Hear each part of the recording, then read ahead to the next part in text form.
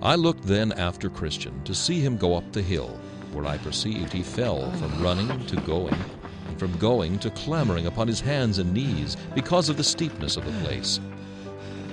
Now about midway to the top of the hill was a pleasant arbor made by the Lord of the hill for the refreshing of weary travelers. Thither therefore Christian got, where also he sat down to rest him. Then he pulled his roll out of his bosom and read therein to his comfort. He also now began afresh to take a review of the coat or garment that was given him as he stood by the cross. Thus pleasing himself a while, he at last fell into a slumber, and thence into a fast sleep, which detained him in that place until it was almost night. And in his sleep his roll fell out of his hand. Now as he was sleeping, there came one to him and awaked him, saying, Go to the ant, thou sluggard. Consider her ways and be wise. And with that Christian started up and sped him on his way, and went apace till he came to the top of the hill. Now when he was got up to the top of the hill, there came two men running to meet him amain. The name of the one was Timorous, and of the other Mistrust. To whom Christian said, Sirs, what's the matter? You run the wrong way. We were going to the city of Zion, and had got up that difficult place. But the further we go, the more danger we meet with. Wherefore we turned, and are going back again. Yes, for just before us lie a couple of lions in the way. Whether sleeping or waking, we know not, and we could not think if we came within reach, but they would presently pull us in pieces. You make me afraid. But whither shall I fly to be safe? If I go back to mine own country, that is prepared for fire and brimstone, and I shall certainly perish there. If I can get to the celestial city, I am sure to be in safety there. I must venture. To go back is nothing but death. To go forward is fear of death, and life everlasting beyond it. I will yet go forward. So Mistrust and Timorous ran down the hill, and Christian went on his way. But thinking again of what he had heard from the men, he felt in his bosom for his roll, that he might read therein and be comforted. But he felt and found it not. What? Then was Christian in great distress, and knew not what to do. For he wanted that which used to relieve him, and that which should have been his pass into the celestial city. Here, therefore, he began to be much perplexed, and knew not what to do. At last he bethought himself that he had slept in the arbor that is on the side of the hill. And falling down on his knees, he asked God's forgiveness for that his foolish act, and then went back to look for his roll. But all the way he went back, who can sufficiently set forth the sorrow of Christian's heart? Sometimes he sighed, sometimes he wept, and oftentimes he chid himself for being so foolish to fall asleep in that place, which was erected only for a little refreshment for his weariness. Thus, therefore, he went back, carefully looking on this side and on that, all the way as he went, if happily he might find his roll that had been his comfort so many times in his journey. He went thus, till he came again within sight of the arbor where he sat and slept. But that sight renewed his sorrow the more, by bringing again even afresh his evil of sleeping into his mind. Thus, therefore, he now went on bewailing his sinful sleep, saying, Oh, wretched man that I am, that I should sleep in the daytime, that I should sleep in the midst of difficulty, that I should so indulge the flesh as to use that rest for ease to my flesh, which the Lord of the hill hath erected only for the relief of the spirits of pilgrims. How many steps have I took in vain? Oh, thus it happened to Israel for their sin. They were sent back again by the way of the Red Sea, and I am made to tread those steps with sorrow, which I might have trod with delight had it not been for this sinful sleep. How far might I have been on my way by this time? I am made to tread those steps thrice over, which I needed not to have trod but once. Yea, now also I am like to be benighted, for the day is almost spent. Oh, that I had not slept! Now by this time he was come to the arbor again, where for a while he sat down and wept. But at last, as Christian would have it, looking sorrowfully down under the settle, there he espied his roll, the which he with trembling and haste catched up and put into his bosom. But who can tell how joyful this man was when he had gotten his roll again? For this roll was the assurance of his life and acceptance at the desired haven. Therefore he laid it up in his bosom, gave thanks to God for directing his eye to the place where it lay, and with joy and tears betook himself again to his journey. But oh, how nimbly now did he go up the rest of the hill! Yet before he got up, the sun went down upon Christian, and this made him again recall the vanity of his sleeping to his remembrance, and thus he again began to condole with himself. O thou sinful sleep, how for thy sake am I like to be benighted in my journey? I must walk without the sun. Darkness must cover the path of my feet, and I must hear the noise of the doleful creatures because of my sinful sleep. Now also he remembered the story that Mistrust and Timorous had told him of, how they were frighted with the sight of the lions. Then said Christian to himself again, These beasts range in the night for their prey. And if they should meet with me in the dark, how should I shift them? How should I escape being by them torn in pieces? Thus he went on his way. But while he was thus bewailing his unhappy miscarriage, he lifted up his eyes. Behold, there was a very stately palace before him, the name of which was Beautiful, and it stood just by the highway side. Now I saw in my dream that he made haste and went forward, that if possible he might get lodging there. Now before he had gone far, he entered into a very narrow passage, which was about a furlong off the porter's lodge. And looking very narrowly before him as he went, he espied 2 lions in the way. Now I see the dangers that Mistrust and Timorous were driven back by. The lions were chained, but he saw not the chains. Then he was afraid, and thought also himself to go back after them, for he thought nothing but death was before him. But the porter at the lodge, whose name is Watchful, perceiving that Christian made a halt as if he would go back, cried unto him, saying, Is thy strength so small? Fear not the lions, for they are chained, and are placed there for trial of faith where it is, and for discovery of those that had none. Keep in the midst of the path, no hurt shall come unto thee. Then I saw that he went on, trembling for fear of the lions, but taking good heed to the directions of the porter. He heard them roar, but they did him no harm. Then he clapped his hands, and went on till he came and stood before the gate where the porter was. Then said Christian to the porter, Sir, what house is this? And may I lodge here tonight? This house was built by the Lord of the Hill, and he built it for the relief and security of pilgrims. The porter also asked him whence he was, and whither he was going. I am come from the city of destruction, and am going to Mount Zion. But because the sun is now set, I desire, if I may, to lodge here tonight. What is your name? My name is now Christian, but my name at the first was Graceless. I came of the race of Japheth, whom God will persuade to dwell in the tents of Shem. But how doth it happen that you come so late?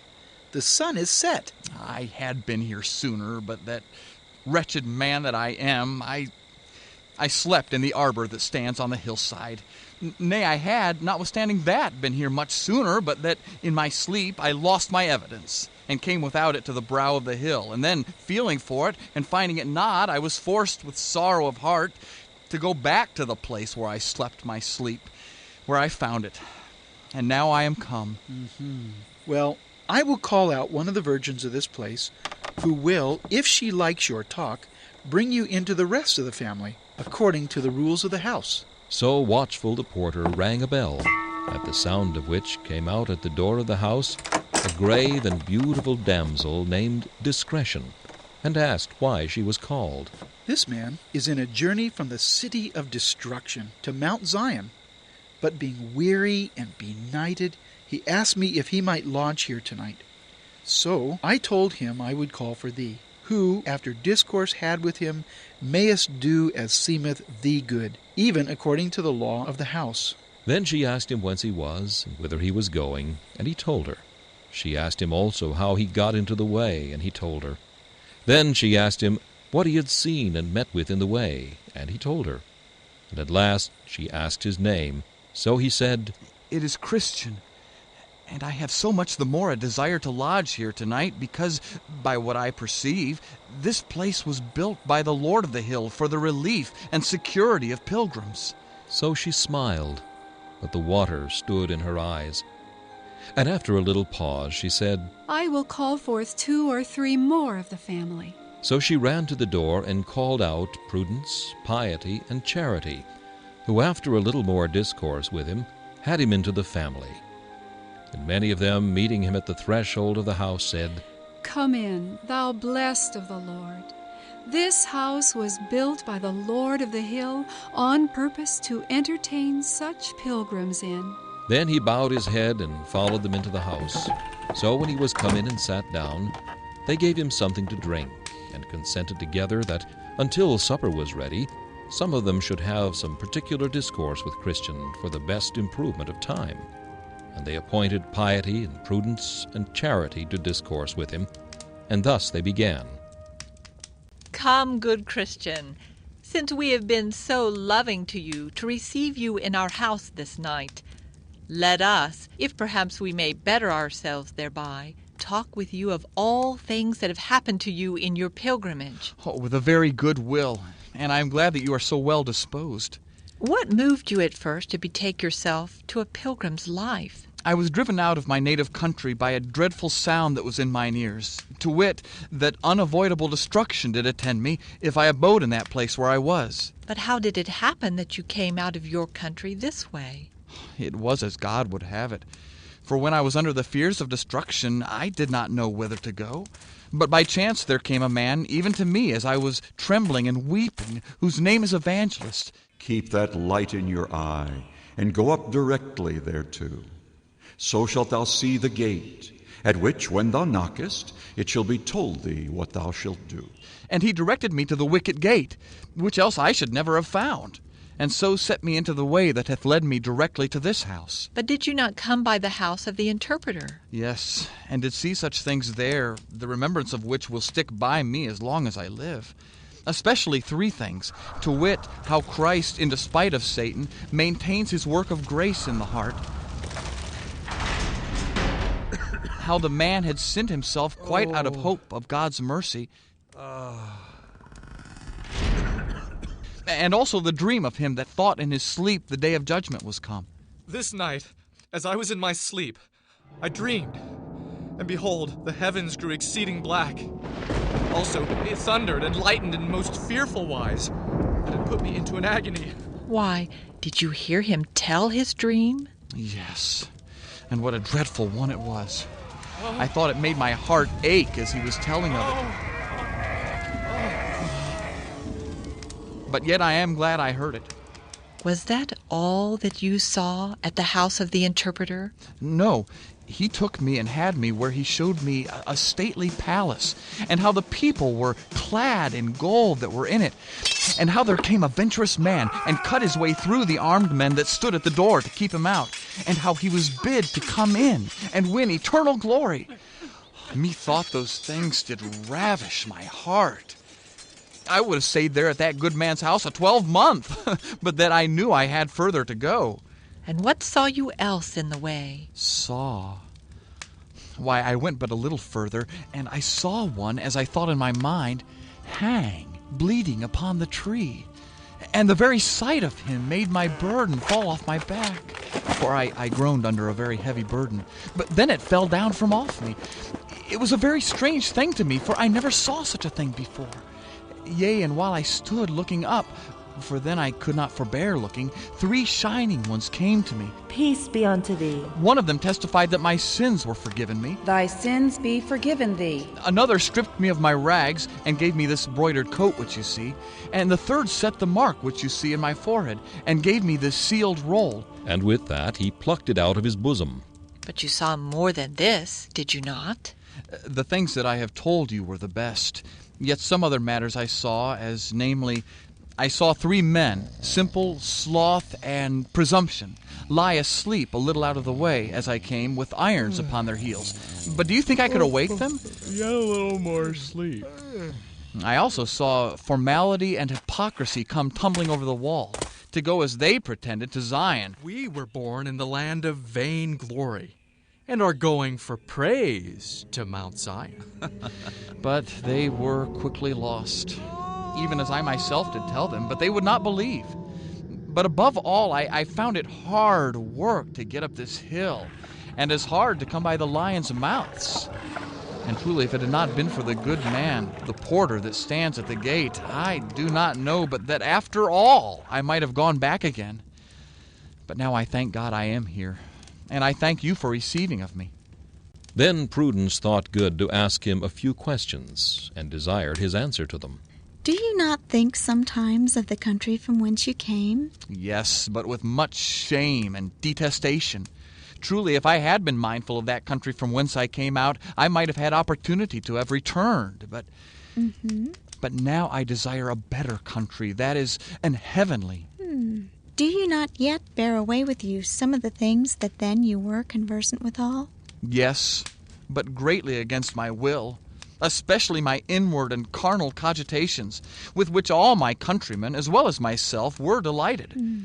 But now all those things are my grief, and might I but choose mine own things, I would choose never to think of those things more. But when I would be doing of that which is best, that which is worst is with me. Do you not find sometimes as if those things were vanquished, which at other times are your perplexity? Yes, but that is seldom. But they are to me golden hours in which such things happen to me. Can you remember by what means you find your annoyances at times as if they were vanquished? Yes.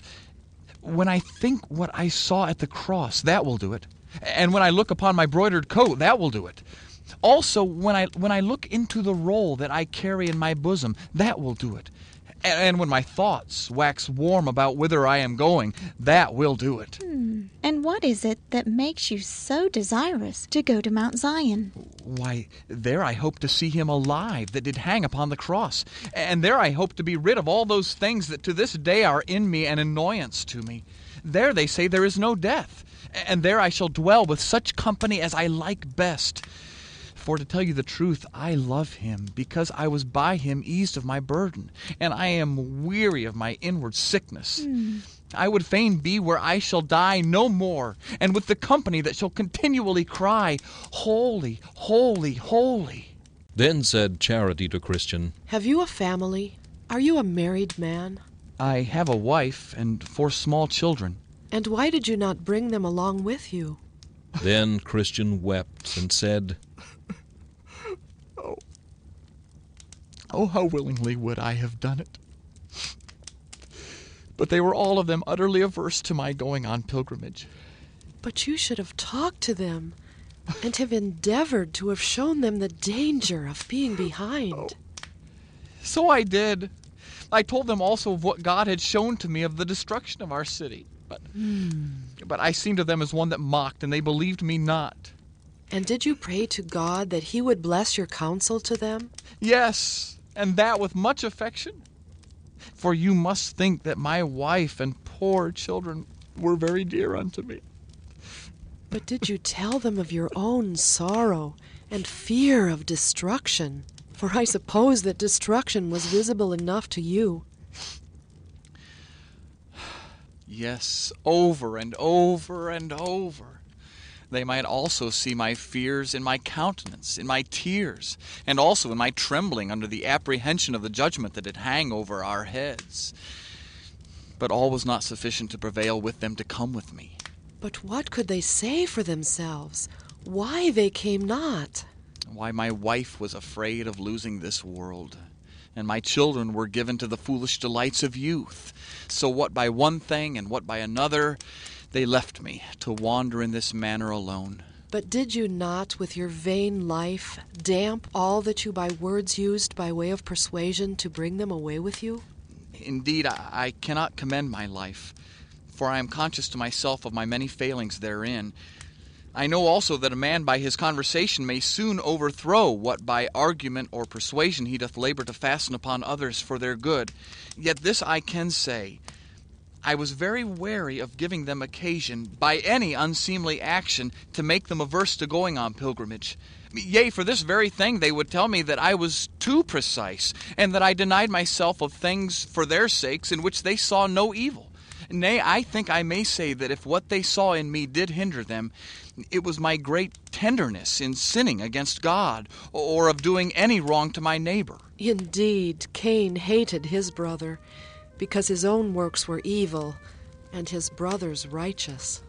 And if thy wife and children have been offended with thee for this, they thereby show themselves to be implacable to good, and thou hast delivered thy soul from their blood. Now I saw in my dream that thus they sat talking together until supper was ready. So when they had made ready, they sat down to meat. Now the table was furnished with fat things, and with wine that was well refined. And all their talk at the table was about the Lord of the hill, as namely about what he had done, and wherefore he did what he did, and why he had builded that house. And by what they said, I perceived that he had been a great warrior, and had fought with and slain him that had the power of death, but not without great danger to himself, which made me love him the more. For as they said, and as I believe, said Christian, he did it with the loss of much blood.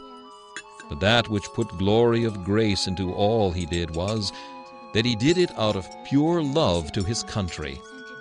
And besides, there were some of them of the household that said they had been and spoke with him since he did die on the cross.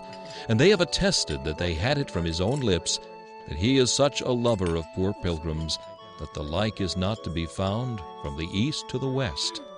They moreover gave an instance of what they affirmed, and that was, he had stripped himself of his glory, that he might do this for the poor, and that they heard him say and affirm, that he would not dwell in the mountain of Zion alone.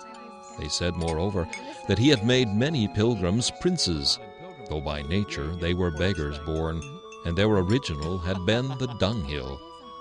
Thus they discoursed together till late at night, and after they had committed themselves to their Lord for protection, they betook themselves to rest. The pilgrim they laid in a large upper chamber, whose window opened towards the sun rising. The name of the chamber was Peace, where he slept till break of day.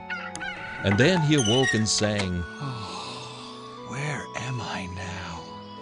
Is this the love and care of Jesus for the men that pilgrims are, thus to provide that I should be forgiven, and dwell already the next door to heaven? So in the morning they all got up, and after some more discourse, they told him that he should not depart till they had shown him the rarities of that place. And first they had him into the study, where they showed him records of the greatest antiquity, in which, as I remember my dream, they showed him first the pedigree of the Lord of the hill, that he was the son of the Ancient of Days, and came by that eternal generation.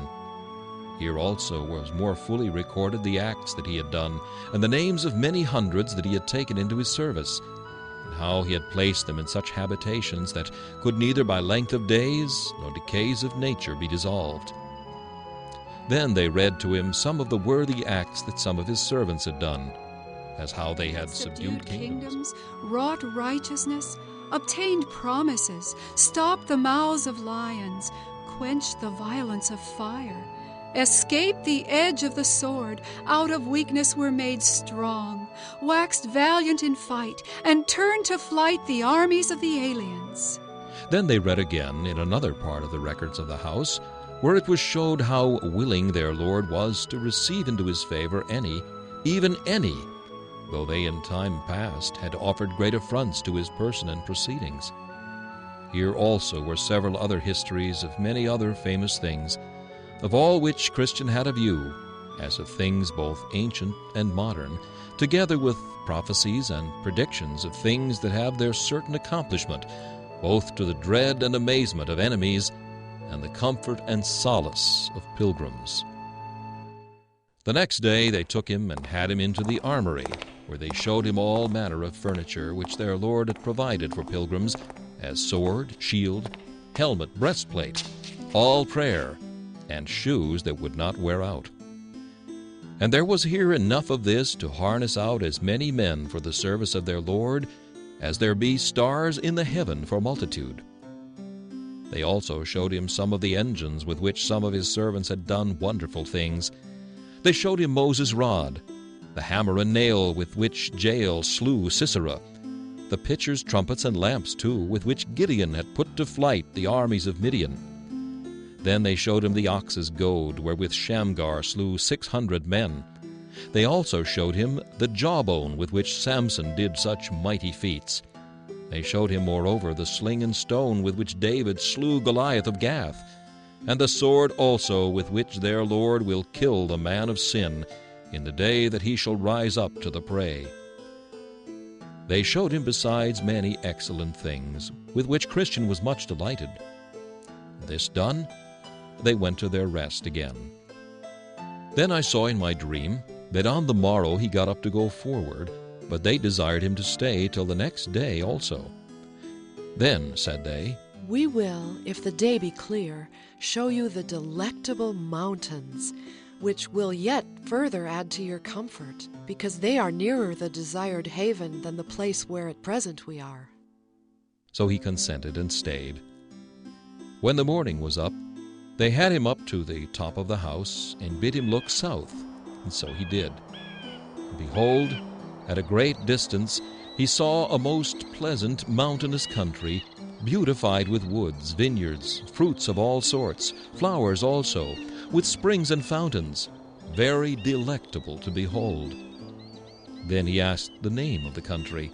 It is Emmanuel's land, and it is as common as this hill is to and for all the pilgrims.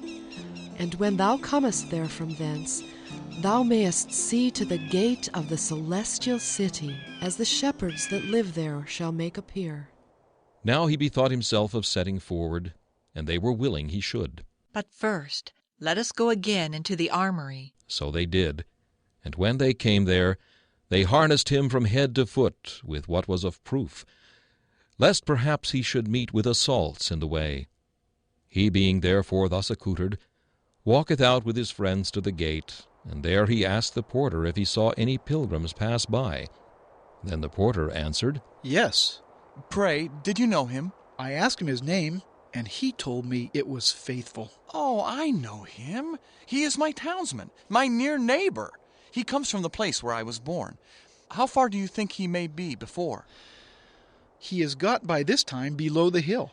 Well, good porter, the Lord be with thee, and add to all thy blessings much increase for the kindness that thou hast showed to me. Then he began to go forward, but discretion, piety, charity, and prudence would accompany him down to the foot of the hill. So they went on together, reiterating their former discourses, till they came down the hill. Then said Christian, As it was difficult coming up, so far as I can see, it is dangerous going down. Yes, so it is. For it is a hard matter for a man to go down into the valley of humiliation as thou art now, and to catch no slip by the way. Therefore we come out to accompany thee down the hill. So he began to go down, but very warily, and yet he caught a slip or two. Then I saw in my dream that these good companions, when Christian was gone to the bottom of the hill, gave him a loaf of bread, a bottle of wine, and a cluster of raisins, and then he went on his way. But now, in this valley of humiliation, poor Christian was hard put to it, for he had gone but a little way before he espied a foul fiend coming over the field to meet him. His name is Apollyon. Then did Christian begin to be afraid, and to cast in his mind whether to go back or to stand his ground. But he considered again that he had no armor for his back, and therefore thought that to turn the back to him might give him the greater advantage with ease to pierce him with his darts. Therefore he resolved to venture and stand his ground. For had I no more in mine eye than the saving of my life, it would be the best way to stand. So he went on, and Apollyon met him. Now the monster was hideous to behold. He was clothed with scales like a fish, and they are his pride.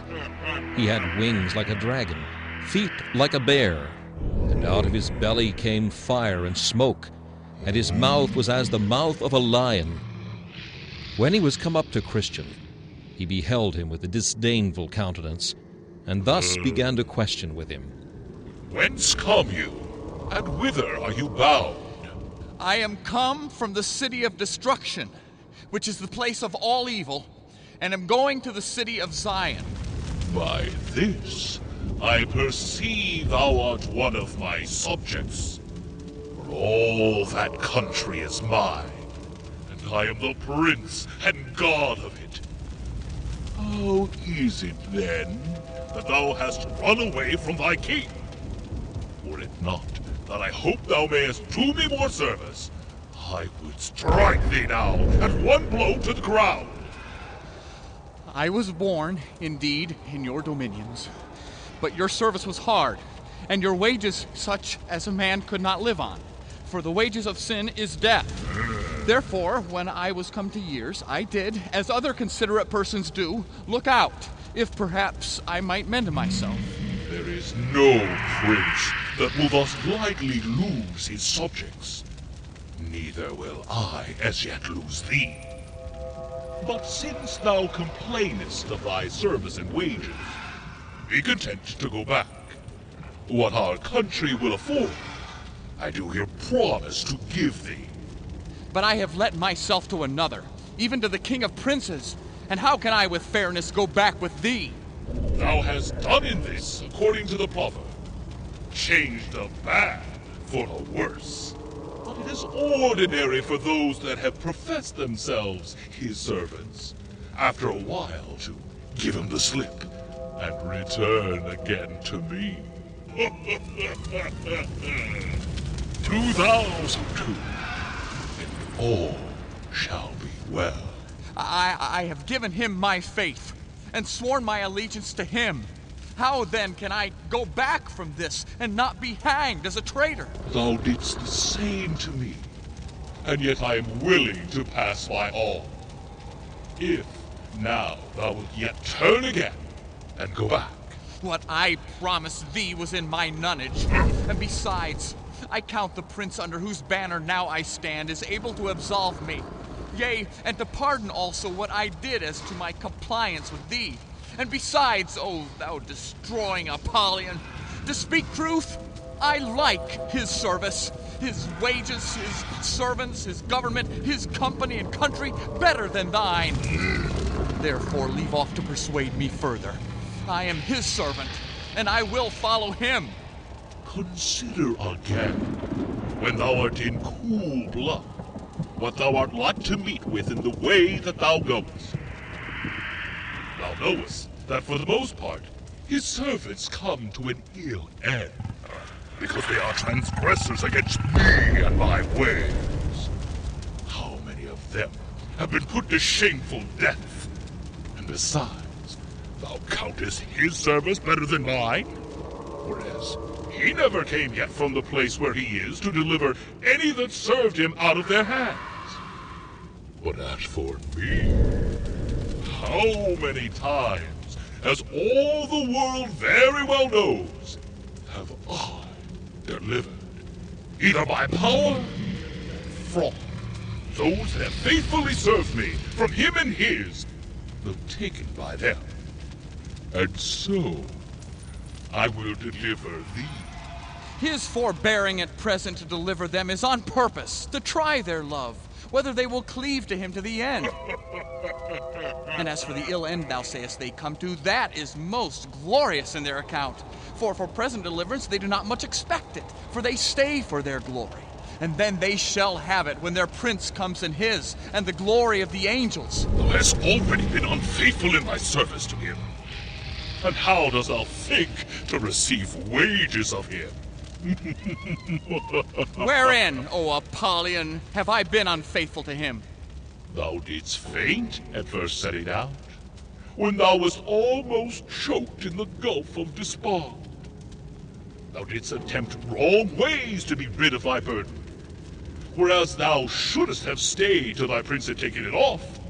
Thou didst sinfully sleep and lose thy choice thing. Thou wast also almost persuaded to go back at the sight of the lions. And when thou talkest of thy journey, and of what thou hast heard and seen, thou art inwardly desirous of vainglory in all that thou sayest or doest. All this is true, and much more which thou hast left out. But the prince whom I serve and honor is merciful, and ready to forgive. But besides, these infirmities possessed me in thy country, for there I sucked them in. And I have groaned under them, been sorry for them, and have obtained pardon of my prince. I am an enemy to this prince. I hate his person, his laws and people. I have come out on purpose to withstand thee. Apollyon, beware what you do, for I am in the king's highway, the way of holiness. Therefore take heed to yourself. Then Apollyon straddled quite over the whole breadth of the way and said, I am void of fear in this matter. Prepare thyself to die. For I swear by the infernal den that thou shalt go no further. Here will I spill thy soul. and with that he threw a flaming dart at his breast. But Christian had a shield in his hand, with which he caught it, and so prevented the danger of that. Then did Christian draw, for he saw that it was time to bestir him. And Apollyon as fast made at him, throwing darts as thick as hail, the which, notwithstanding all that Christian could do to avoid it, Apollyon wounded him in his head, his hand, and foot. This made Christian give a little back. Apollyon therefore followed his work amain. Christian again took courage, and resisted as manfully as he could. This sore combat lasted for above half a day, even till Christian was almost quite spent. For you must know that Christian, by reason of his wounds, must needs grow weaker and weaker. Then Apollyon, spying his opportunity, began to gather up close to Christian, and wrestling with him, gave him a dreadful fall. With that, Christian's sword flew out of his hand. Then said Apollyon, I am sure of thee now. With that, he had almost pressed him to death, so that Christian began to despair of life. But as God would have it, while Apollyon was fetching of his last blow, thereby to make a full end of this good man, Christian nimbly stretched out his hand for his sword, and caught it, saying, Rejoice not against me, O mine enemy. When I fall, I shall arise. With that, gave him a deadly thrust, which made him give back, as one that had received his mortal wound. Christian, perceiving that, made at him again, saying, Nay, in all these things we are more than conquerors through him that loved us. With that Apollyon spread forth his dragon's wings and sped him away, that Christian for a season saw him no more.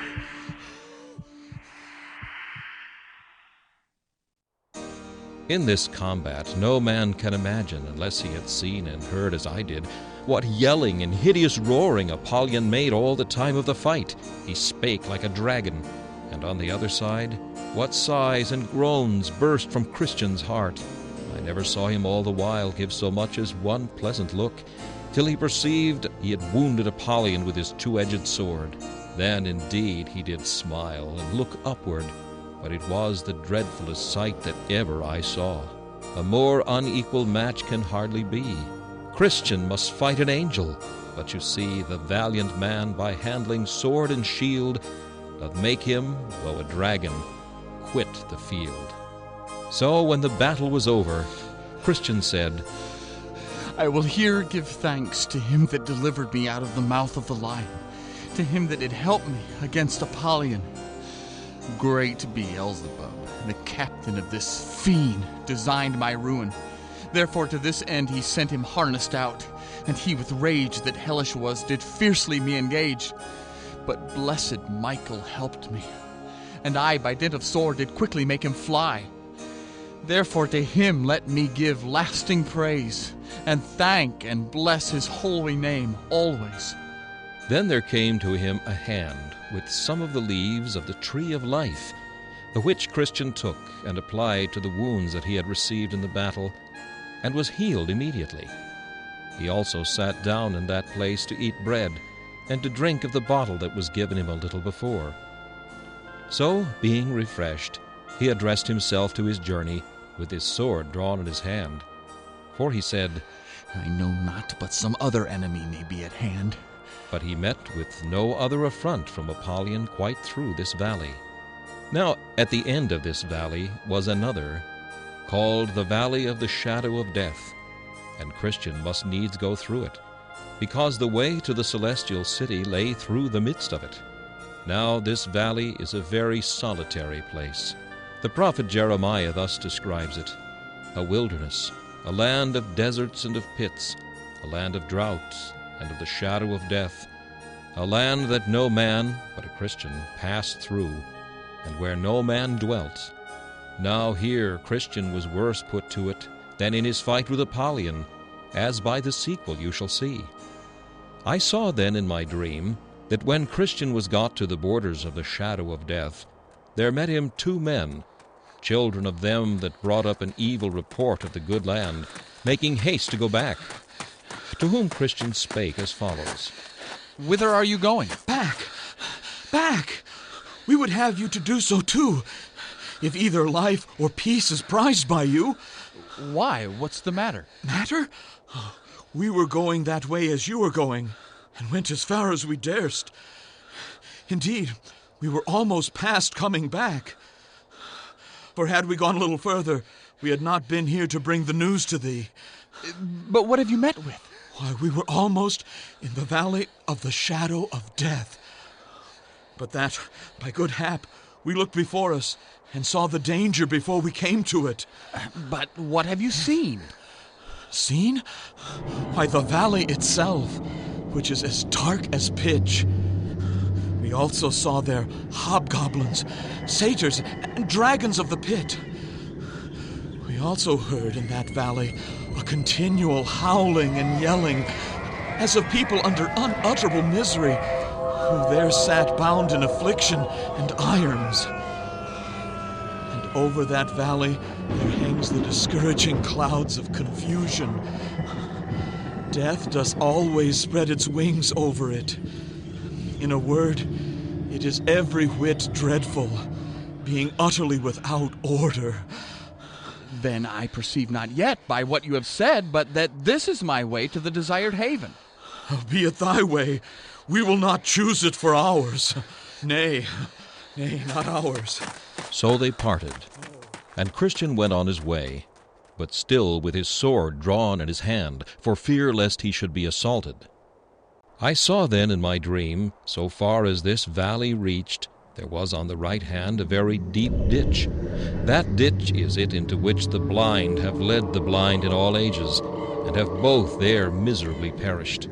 Again, behold, on the left hand, there was a very dangerous quag, into which, if even a good man falls, he can find no bottom for his foot to stand on. Into that quag King David once did fall, and had no doubt therein been smothered, had not he that is able plucked him out.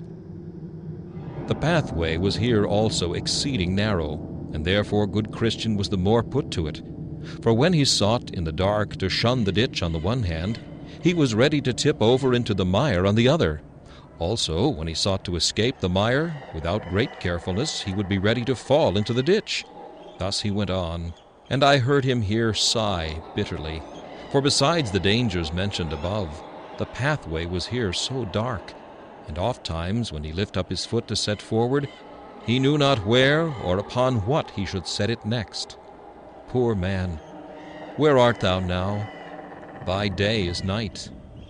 Good man, be not cast down. Thou yet art right.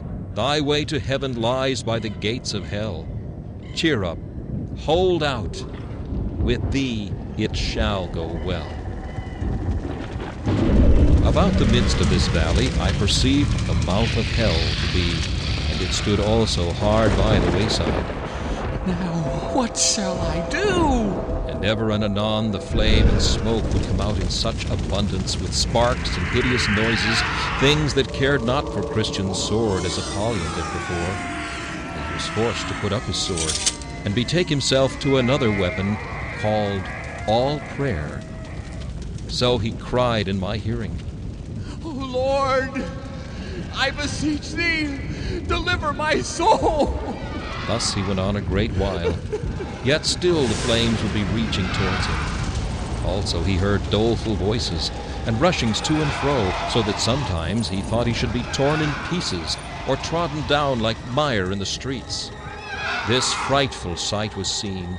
These dreadful noises were heard by him for several miles together. And coming to a place where he thought he heard a company of fiends coming forward to meet him, he stopped and began to muse what he had best to do. Sometimes he had half a thought to go back.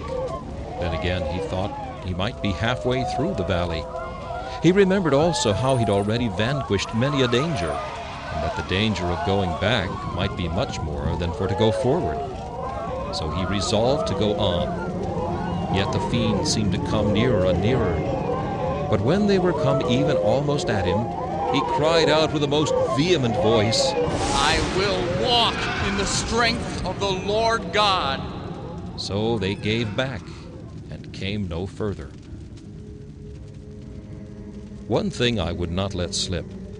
I took notice that now poor Christian was so confounded that he did not know his own voice, and thus I perceived it.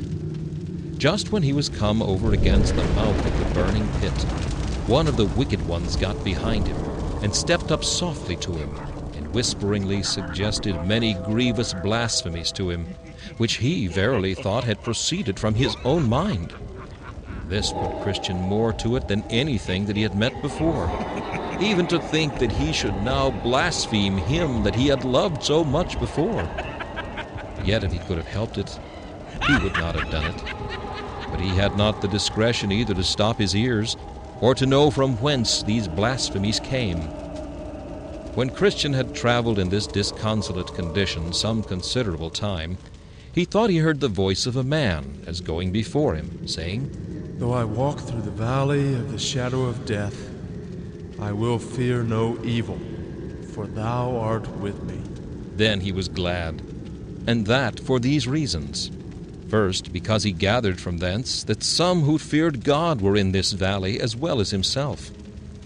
Secondly, for that he perceived God was with them, though in that dark and dismal state. And why not, thought he, with me? Though by reason of the impediment that attends this place, I cannot perceive it. Thirdly, for that he hoped, could he overtake them, to have company by and by.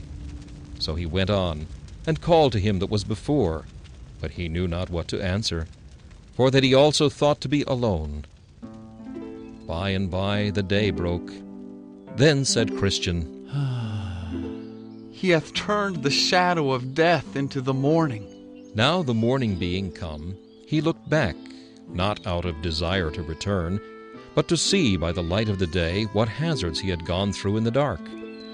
So he saw more perfectly the ditch that was on the one hand, and the mire that was on the other.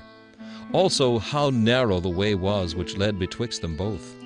Also now he saw the hobgoblins and satyrs and dragons of the pit, but all afar off, for after break of day they came not nigh. Yet they were discovered to him, according to that which is written, He discovereth deep things out of darkness, and bringeth out to light the shadow of death. Now was Christian much affected with his deliverance from all the dangers of his solitary way, which dangers, though he feared them more before, yet he saw them more clearly now, because the light of the day made them conspicuous to him. And about this time the sun was rising, and this was another mercy to Christian. For you must note that though the first part of the valley of the shadow of death was dangerous, yet this second part which he was yet to go was, if possible, far more dangerous. For from the place where he now stood even to the end of the valley, the way was all along set so full of snares, traps, gins, and nets here, and so full of pits, pitfalls, deep holes, and shelvings down there, that had it now been dark, As it was when he came the first part of the way, had he 1,000 souls, they had in reason been cast away. But, as I said just now, the sun was rising. Then said he, His candle shineth upon my head, and by his light I walk through darkness. In this light, therefore, he came to the end of the valley. Now I saw in my dream that at the end of this valley lay blood, bones, ashes, and mangled bodies of men, even of pilgrims that had gone this way formerly.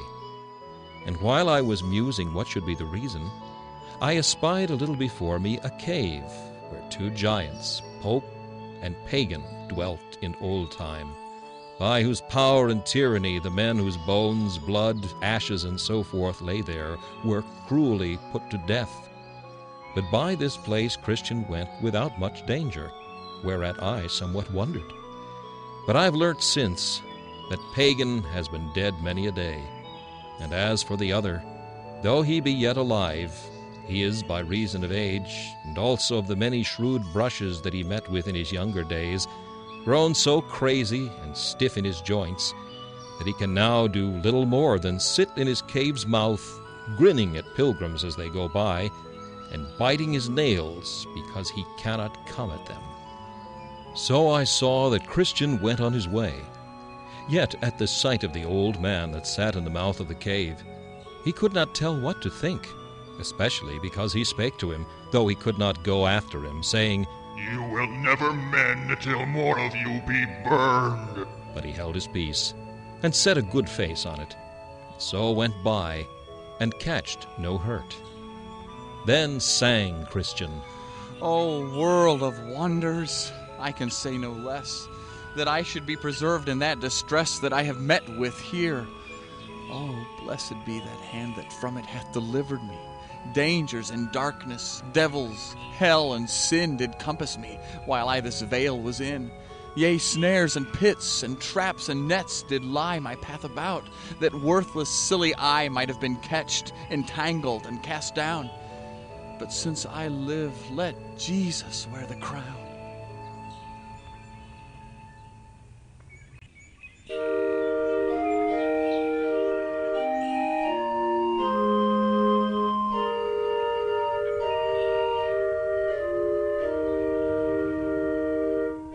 Now as Christian went on his way, he came to a little ascent, which was cast up on purpose that pilgrims might see before them. Up there, therefore, Christian went, and looking forward, he saw Faithful before him upon his journey. Then said Christian aloud, Ho, ho, so, stay, and I will be your companion. At that, Faithful looked behind him, to whom Christian cried again, Stay till I come up to you. But Faithful answered, No, I am upon my life, and the avenger of blood is behind me. At this, Christian was somewhat moved, and putting to all his strength, he quickly got up with Faithful, and did also overrun him. So the last was first. Then did Christian vaingloriously smile, because he had gotten the start of his brother. But not taking good heed to his feet, he suddenly stumbled and fell, and could not rise again until Faithful came up to help him. Then I saw in my dream they went very lovingly on together, and had sweet discourse of all that had happened to them in their pilgrimage. And thus Christian began. My honored and well-beloved brother, Faithful, I am glad that I have overtaken you, and that God has so tempered our spirits that we can walk as companions in this so pleasant a path. I had thought, dear friend, to have had your company quite from our town, but you did get the start of me, wherefore I was forced to come thus much of the way alone. How long did you stay in the city of destruction before you set out after me on your pilgrimage? Till I could stay no longer. For there was great talk, presently after you were gone out, that our city would, in short time, with fire from heaven, be burned down to the ground. What? Did your neighbors talk so? Yes, it was for a while in everybody's mouth. What? And did no more of them but you come out to escape the danger? Though there was, as I said, a great talk thereabout, yet I do not think they did firmly believe it. For in the heat of the discourse, I heard some of them deridingly speak of you and of your desperate journey, for so they called this your pilgrimage. But I did believe, and do still, that the end of our city will be with fire and brimstone from above. And therefore I have made my escape. Did you hear no talk of neighbor Pliable? Yes, Christian. I heard that he followed you till he came at the Slough of Despond, whereas some said he fell in, but he would not be known to have so done. But I am sure he was soundly bedabbled with that kind of dirt. And what said the neighbors to him? He hath, since his going back, been had greatly in derision, and that among all sorts of people. Some do mock and despise him, and scarce will any set him on work. He is now 7 times worse than if he had never gone out of the city. But why should they be so set against him, since they also despise the way that he forsook? Oh, they say, hang him, he's a turncoat. He was not true to his profession. I think God has stirred up even his enemies to hiss at him and make him a proverb, because he hath forsaken the way. Had you no talk with him before you came out? I met him once in the streets, but he leered away on the other side as one ashamed of what he had done. So I spake not to him. Well, at my first setting out, I had hopes of that man. But now I fear he will perish in the overthrow of the city. For it has happened to him according to the true proverb, the dog is turned to his own vomit again, and the sow that was washed to her wallowing in the mire. These are my fears of him too. But who can hinder that which will be? Well, neighbor faithful, let us leave him, and talk of things that more immediately concern ourselves. Tell me, now, what have you met with in the way as you came? For I know you have met with some things, or else it may be writ for a wonder. Well, I escaped the slough that I perceived you fell into, and got up to the gate without that danger. Only I met with one whose name was Wanton, who had like to have done me a mischief. It was well you escaped her net. Joseph was hard put to it by her, and he escaped her as you did. But it had like to have cost him his life. But what did she do to you? You cannot think but that you know something. What a flattering tongue she had. She lay at me hard to turn aside with her, promising me all manner of content. Nay, she did not promise you the content of a good conscience. You know what I mean. All carnal and fleshly content. Thank God you have escaped her. The abhorred of the Lord shall fall into her ditch. Nay, I know not whether I did wholly escape her or no. Why? I trow you did not consent to her desires. No, not to defile myself, for I remembered an old writing that I had seen which said, her steps take hold on hell. So I shut mine eyes, because I would not be bewitched with her looks. And she railed on me, and I went my way. Did you meet with no other assault as you came? When I came to the foot of the hill called Difficulty, I met with a very aged man, who asked me what I was and whither bound. I told him that I'm a pilgrim, going to the celestial city. Then said the old man, Thou lookest like an honest fellow. Wilt thou be content to dwell with me for the wages that I shall give thee? Then I asked him his name and where he dwelt. He said his name was Adam the First, and that he dwelt in the town of Deceit. I asked him then what was his work, and what the wages he would give. He told me that his work was many delights, and his wages that I should be his heir at the last. I further asked him what house he kept, and what other servants he had. So he told me that his house was maintained with all the dainties in the world, and that his servants were those of his own begetting. Then I asked if he had any children.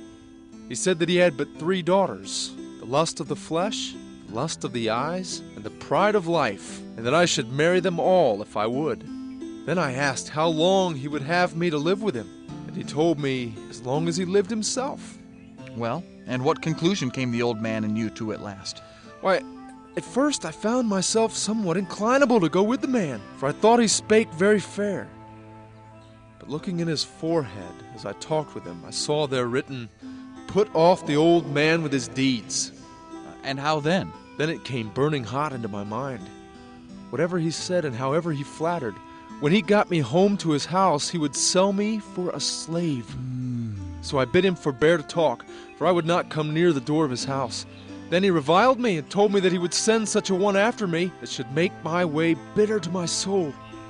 So I turned to go away from him. Just as I turned myself to go thence, I felt him take hold of my flesh and give me such a deadly twitch back that I thought he had pulled part of me after himself. This made me cry, "Oh, wretched man!" So I went on my way up the hill. And when I had got about halfway up, I looked behind and saw one coming after me, swift as the wind.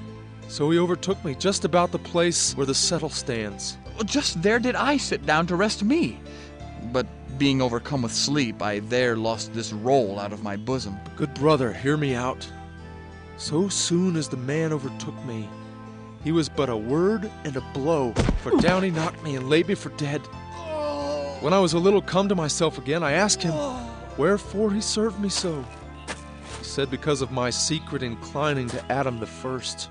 And with that he struck me another deadly blow on the breast and beat me down backward. So I lay at his foot as dead as before. So when I came to myself again, I cried him mercy. But he said, I know not how to show mercy. And with that he knocked me down again. He had doubtless made an end of me. But that one came by, bid him forbear. Who was that bid him forbear? I did not know him at first. But as he went by, I perceived the holes in his hands and in his side. Then I concluded he was our Lord.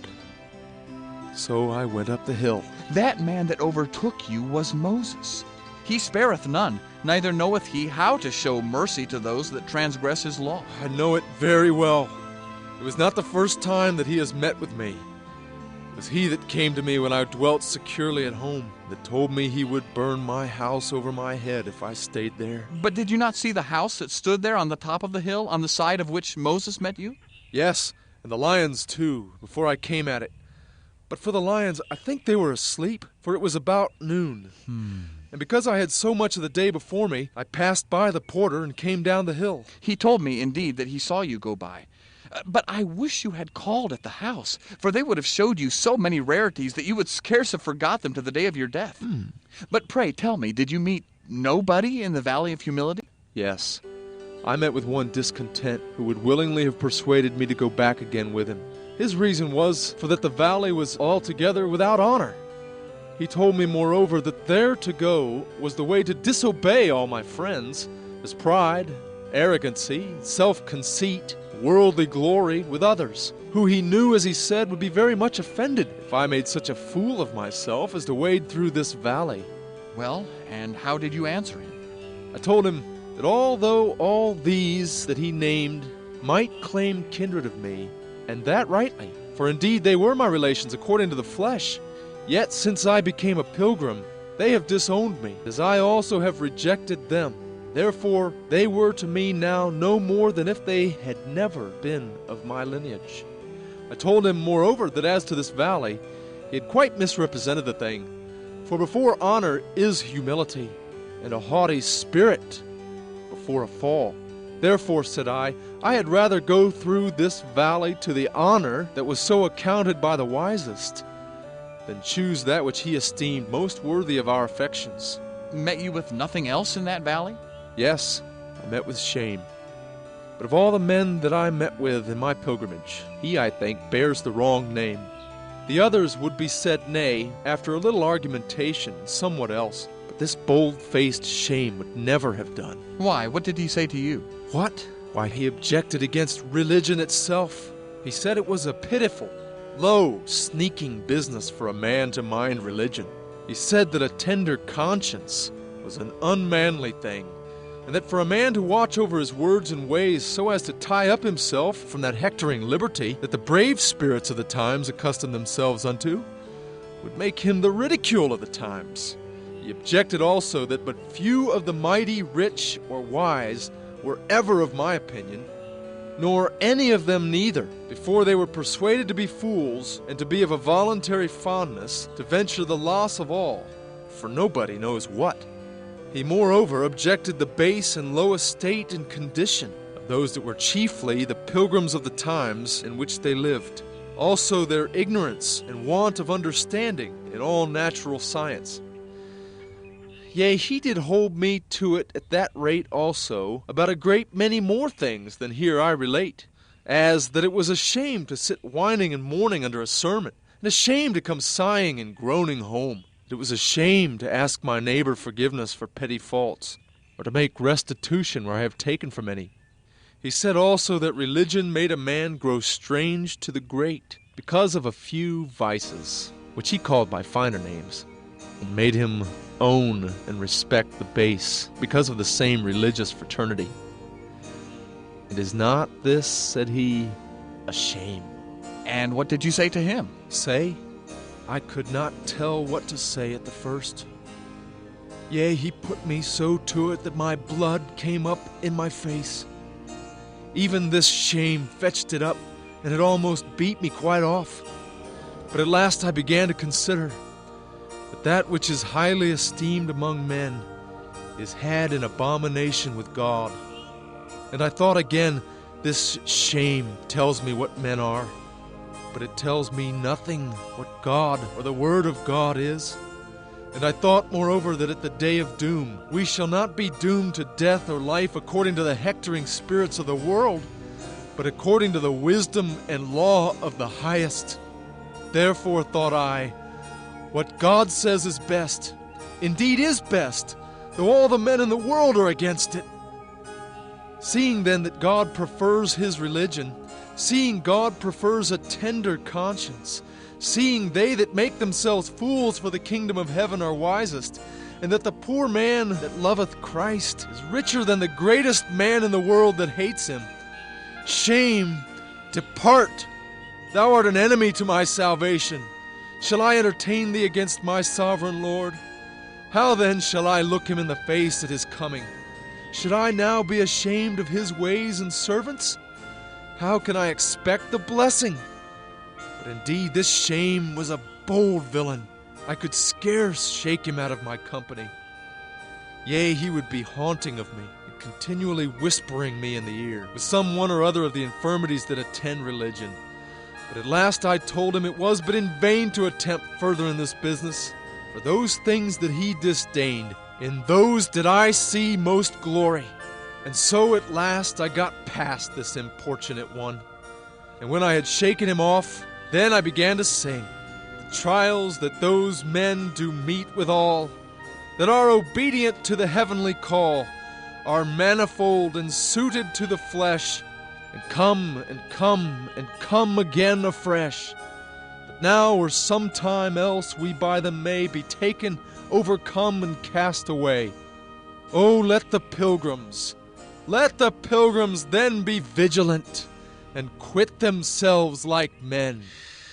I am glad, my brother, that thou didst withstand this villain so bravely. For of all, as thou sayest, I think he has the wrong name. For he is so bold as to follow us in the streets, and to attempt to put us to shame before all men, that is, to make us ashamed of that which is good. But if he was not himself audacious, he would never attempt to do as he does.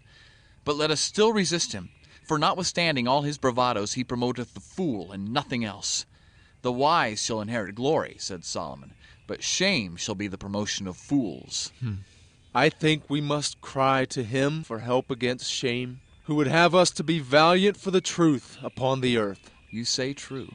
But did you meet nobody else in that valley? No, not I, for I had sunshine all the rest of the way through that, and also through the valley of the shadow of death. It was well for you. I am sure it fared far otherwise with me. I had for a long season, as soon almost as I entered into that valley, a dreadful combat with that foul fiend Apollyon. Yea, I thought verily he would have killed me, especially when he got me down and crushed me under him, as if he would have crushed me to pieces. For as he threw me, my sword fell out of my hand. Nay, he told me he was sure of me. I am sure of thee now. But I cried to God, and he heard me, and delivered me out of all my troubles. Rejoice not against me, O mine enemy. When I fall, I shall arise.